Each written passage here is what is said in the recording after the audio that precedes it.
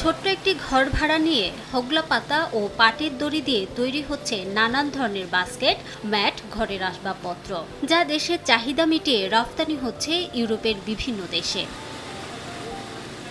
সামান্য পুঁজি নিয়ে এখন 40 জন শ্রমিক নিয়ে চলছে ব্যবসা। এসব পণ্য তৈরি করে এখন লাখপতি এর মালিক। মেইন কাঁচামালটা হলো হোগলা পাতা এবং পাট পণ্য নিয়েই আমরা এই কাজটা করি। এখানে নানান ধরনের বাস্কেট তৈরি হয় এবং ম্যাট এবং ঘরের আসবাবপত্র এবং কিচেন, যারা ইউরোপীয় মহাদেশের এই প্রোডাক্টগুলি চলে।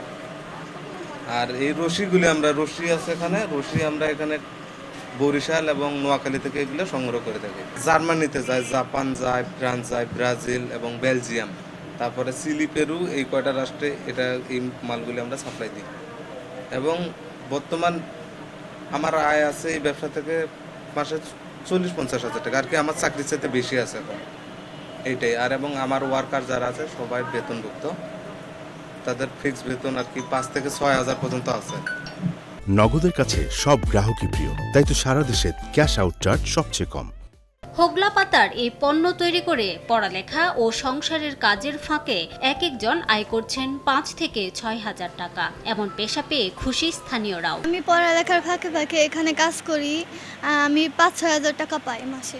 ভালো টাকা বেতন পাচ্ছি আমি মাস শেষে, ঠিক আছে, বাড়ির সংসার চালাতে পারছি। 5-6 হাজার টাকা বেতন পেয়ে বেকার থাকার থেকে এটাই মনে হয় ভালো। আমাদের হাতের কাজটাই বিদেশ যাচ্ছে, আমাদের ভালো লাগে। রংপুর থেকে ঢাকায় এসে দীর্ঘ 7 বছর চাকরি করেন বিপুল রাজ। পরে চাকরি ছেড়ে রাজবাড়ির বন্ধু রোকন মণ্ডলকে সঙ্গে নিয়ে 50 হাজার টাকা পুঁজি নিয়ে শুরু করেন এই ব্যবসা। নোয়াখালী ও বরিশাল থেকে সংগ্রহ করেন হোগলার দড়ি। সময় সংবাদ, মানিকগঞ্জ।